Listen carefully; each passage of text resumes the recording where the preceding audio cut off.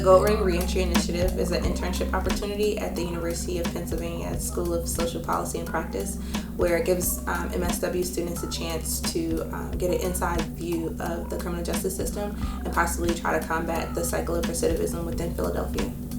As a GRI intern, we work with individuals in the Philadelphia prison system 3 months before they're released and 3 months after they're released.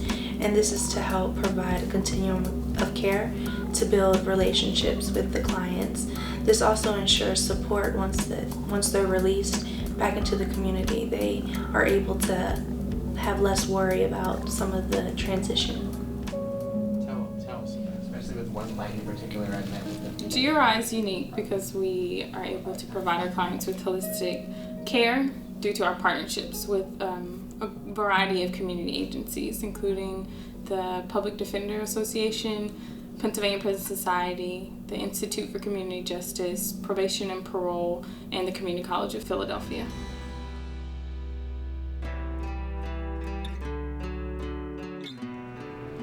I believe the GRI program is an extremely valuable program to our clients, to the probation officers, to our lawyers, to the judges, and the entire criminal justice community in Philadelphia.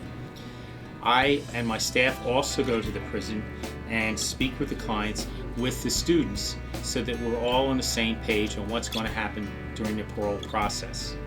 The students fill out a very elaborate parole plan, comprehensive on where they're going to live, what services they need. What I appreciate most about the discharge plan is that, yes, it's an assessment of the client's goals and their strengths and their needs, but it's really a collaboration between the client and the GRI worker that really focuses on what they think they need and what they think they want to do when they're transitioning into the community.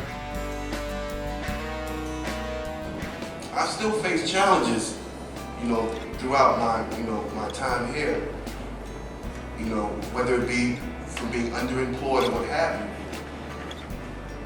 The education that I received and the network and support that I built and the support that I received is what really showed me, I'm bigger than a number. I don't have to go back and do the same thing that I did in the past. It really starts with them and focuses on them, and then the GRI intern is there to help them meet those goals. The areas that we focus on are housing, mental health, identification, education, benefits, employment, drug and alcohol support, and family reunification.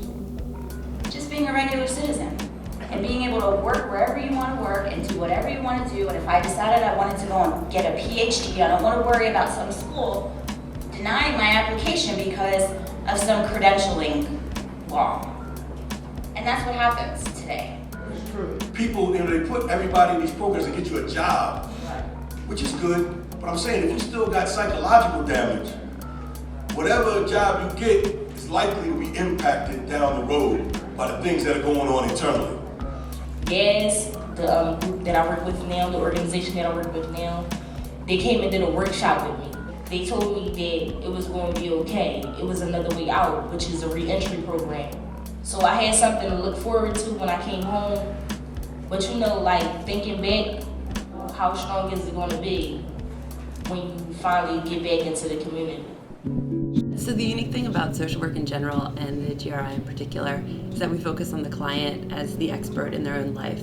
And really, as interns, what our job is to help identify and foster some of those strengths and goals, but ultimately the client knows what's attainable for them, and it's our job to just help make sure that they can find the resources and the space to try new things, and to meet those goals. The GRI is really about breaking down what I believe to be a false dichotomy. We try to work in two realms because we feel that to really work with our clients on a micro level, we also need to advocate on a macro level and vice versa. We sponsored an all-day community conversation on mass incarceration. 300 people attended the event, including people who are directly impacted by the criminal justice system, activists, academics, service providers, and we engaged in conversations throughout the day to creatively address the problem of mass incarceration together. After believing in my own mind, I told myself that I was going to die here, especially with all the policy changes over the last 10, 15 years. Those buzzwords, war on crime, war on drugs, get criminals off the street. I was labeled as a murderer. That label right there was enough to deter any politician to take a vote to let me out. One of the things that we do when we work with clients is we really try to understand systemically some of the things that have impacted them. I guarantee you, everyone you come in contact with who's been involved in the criminal justice system has a story of being a victim and not having been treated for that victimization.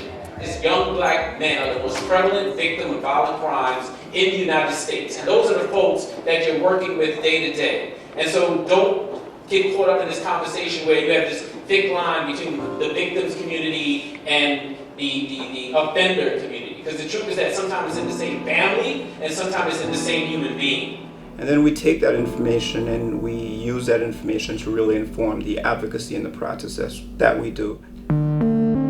We can't do this alone. Like, we do a therapeutic aspect, but if I can't be twisting my client's arm about whether or not he's using narcotics, right? Because then our alliance is broken and he's not going to trust me to talk about those things. Like, things have to be sustained. And so my role can only go so far, so it's really important to have those links and for everyone to play their part. And what we do is we ensure, because we care, we ensure that all of those people are doing their part well.